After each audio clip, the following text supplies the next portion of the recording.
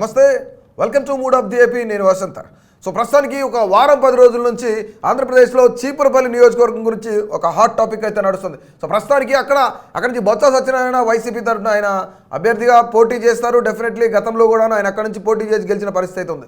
So ఆయన ఎప్పటి నుంచి అయితే తన యొక్క హవాకి బ్రేక్ చేయాలని చెప్పేసి టీడీపీ జనసేన భావిస్తున్న పరిస్థితిలో కొంతమంది ఎవరైతే బలమైన అభ్యర్థులు ఉన్నారో వాళ్ళందరినీ కూడాను అక్కడికి పంపించి ఈసారి ఖచ్చితంగా బొత్స సత్యనారాయణని ఓడించాలని, ఆయన ఓటమి రుచి చూపించాలని కూడా టీడీపీ జనసేన కూటమి భావిస్తున్న పరిస్థితిలోనే సీనియర్ నేత మాజీ మంత్రి గంటా శ్రీనివాసరావుని చీపురుపల్లి నియోజకవర్గానికి వెళ్ళమని చెప్పేసి టీడీపీ అధిష్టానం అయితే గతంలో చెప్పిన పరిస్థితి. సో ఖచ్చితంగా ఆయన ఆలోచించే ప్రయత్నాలు చేస్తానన్న తర్వాత ఇప్పుడు ఇమీడియట్గా ఆయన ఒక నిర్ణయం తీసుకున్నారు. ఖచ్చితంగా చీపురుపల్లి వెళ్ళేది లేదని చెప్పేసి టీడీపీ అధిష్టానానికి అయితే తెలియజేయడం జరిగింది. మరొక 1-2 రోజుల్లోనే చంద్రబాబు నాయుడుని కలిసి చీపురుపల్లికి వెళ్ళడం కుదరదని చెప్పేసి కూడా ఆయన చెప్పడం భావిస్తున్నారని చెప్పడం కూడా జరిగిందని కూడా మనకు అందిన ప్రాథమిక సమాచారం. ఏది ఏమైనా సరే గంటా శ్రీనివాసరావు మళ్ళీ భీమిలి నుంచి పోటీ చేయాలి. ఆయన గతంలో భీమిలి నుంచి గెలిచారు. భీమిలి నుంచి పోటీ చేసి మళ్ళీ గెలుస్తారని చెప్పేసి ఆయన చాలా బలంగా ఉన్నారు అక్కడ. సో అక్కడి నుంచి ఇప్పటికే టీడీపీ అధిష్టానం అంతా కూడాను కళా వెంకట్రావు ఆయన్ని కూడాను ఖచ్చితంగా అక్కడ చీపురుపల్లి వెళ్ళాలని చెప్పేసి కళా వెంకటరావుకి అధిష్టానం అయితే కొంతమేర చెప్తున్న పరిస్థితి అయితే ఉంది. సో కళా వెంకటరావు చీపురుపల్లి వెళ్ళడానికి ఇక్కడ కొంత వ్యతిరేకత చూపుతున్నారు. ఆయన సుముఖంగా లేకపోవడమో అయితే జరుగుతుంది. కళా వెంకటరావు కూడాను చీపురుపల్లి వెళ్ళే ప్రయత్నం అయితే జరగదు అని చెప్పేసి ఆయన కూడా అధిష్టానానికి తెలియజేసే అవకాశం ఉంది. కానీ ఏదేమైనా సరే చీపురుపల్లిలో ఒక బలమైన నేతను పంపించి కాపు సామాజిక వర్గ ఓట్లు ఎక్కువగా ఉన్నాయి కాబట్టి ఒక కాపు నేతను పంపిస్తే కనుక ఖచ్చితంగా బొత్స సత్యనారాయణకి ఈసారి గెలిచే ఛాన్స్ ఉండదు. సో డెఫినెట్లీ బొత్స సత్యనారాయణని క్లోజ్ చేయాలని చెప్పేసి కూడా టీడీపీ అధిష్టానం అయితే భావిస్తున్న పరిస్థితిలో, అట్లాగే కళా వెంకటరావు కూడా అక్కడి నుంచి నేను వెళ్ళను అని చెప్పిన పరిస్థితిలో సో మరొక 2 పేర్లు తెరపైకి తెచ్చింది టీడీపీ అధిష్టానం. ఒకటి ఇక్కడ మనం చూసుకున్నట్లయితే మీసాల గీత, మాజీ ఎమ్మెల్యే మీసాల గీతను కూడా అక్కడికి పంపించే ప్రయత్నం అయితే చేస్తుంది. ఆవిడ పేరు పరిశీలనలోకి తీసుకొచ్చినట్లు కనిపిస్తుంది. చీపురుపల్లి నుంచి పోటీ చేయమంటే కనుక టీడీపీ అధిష్టానం అయితే ఖచ్చితంగా ఈవిడ పేరు పరిశీలిస్తుంది.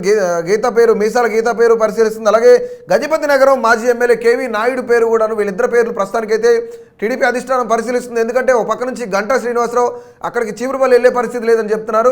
అలాగే కళా వెంకటరావు కూడా అక్కడి నుంచి పోటీ చేయడానికి కొంతమేర ఆయన సుముఖంగా లేకపోవడంతో ఏదైతే గజపతి నగరం ఎమ్మెల్యే ఉన్నారో కేవీ నాయుడు పేరును, అలాగే మాజీ ఎమ్మెల్యే మీసాల గీత పేర్లు కూడాను పరిశీలనలోకి తీసుకున్న పరిస్థితి అయితే కనిపిస్తుంది.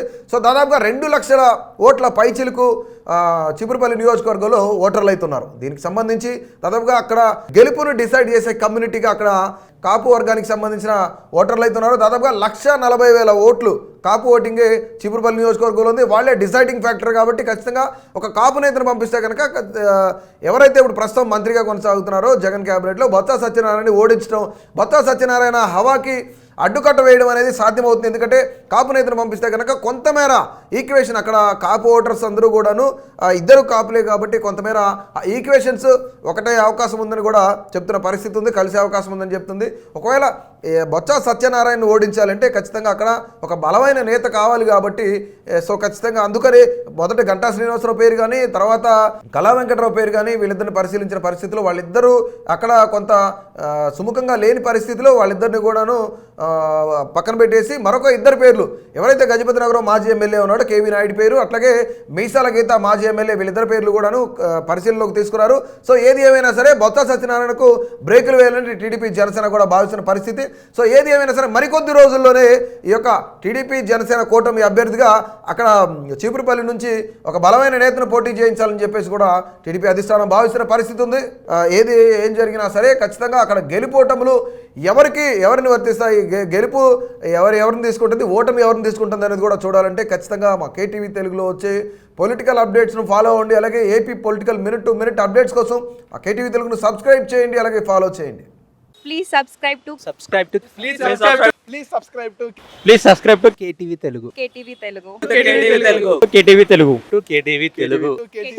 channel.